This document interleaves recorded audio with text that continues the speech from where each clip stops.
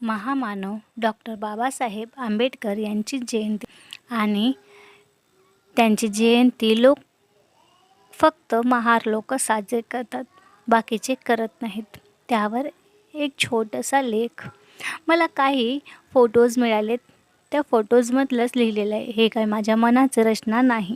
तर संकट काळात इसिक हॉस्पिटलमध्ये जाऊन अख्ख्या कुटुंबासह फुकट उपचार घेऊन येतो, पण मला माहीतच नाही बाबासाहेबांनी आमच्यासाठी काय केलं.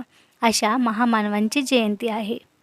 मूकनायक, समता, जनता, प्रबुद्ध भारत यासारख्या वर्तमानपत्रातून शोषितांचा आवाज बुलंद करणाऱ्या महान संपादकाची जयंती आहे.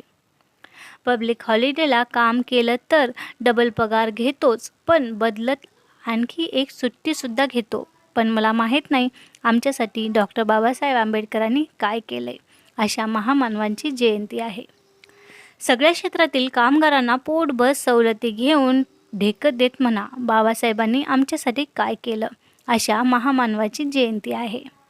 जगातला असा एकमेव वकील ज्याचा वादविवाद ऐकण्यासाठी शहरातील इतर न्यायाधीश स्वतः हजर राहायचे. अशा महान तर्कशास्त्रकाराची जयंती आहे.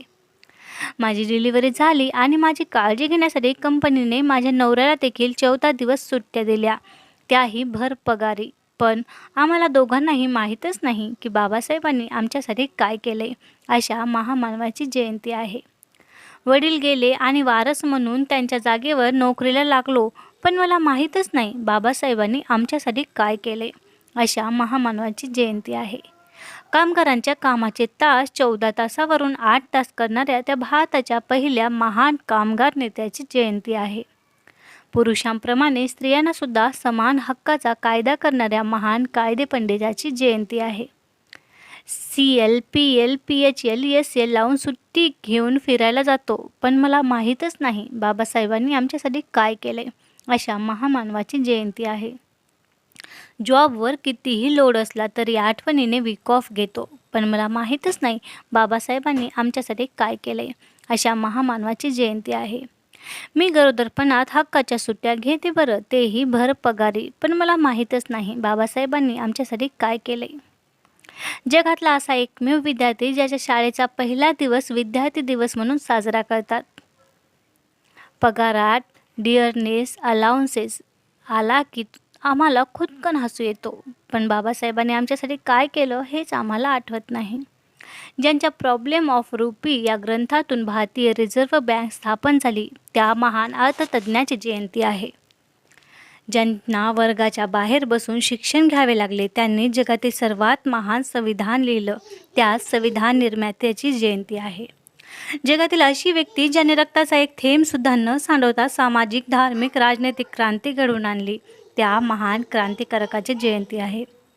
सुरक्षित भविष्यासाठी मी आवडीने प्रोव्हिडंट फंड घेतो, पण मला माहीतच नाही बाबासाहेबांनी आमच्यासाठी काय केले. मी पगारवाढीसाठी संप करतो, 7वं वेतन आयोग लागू करून भरगच्च पगारही घेतो आणि तोंड वर करून बोलतो बाबासाहेबांनी आमच्यासाठी काय केले.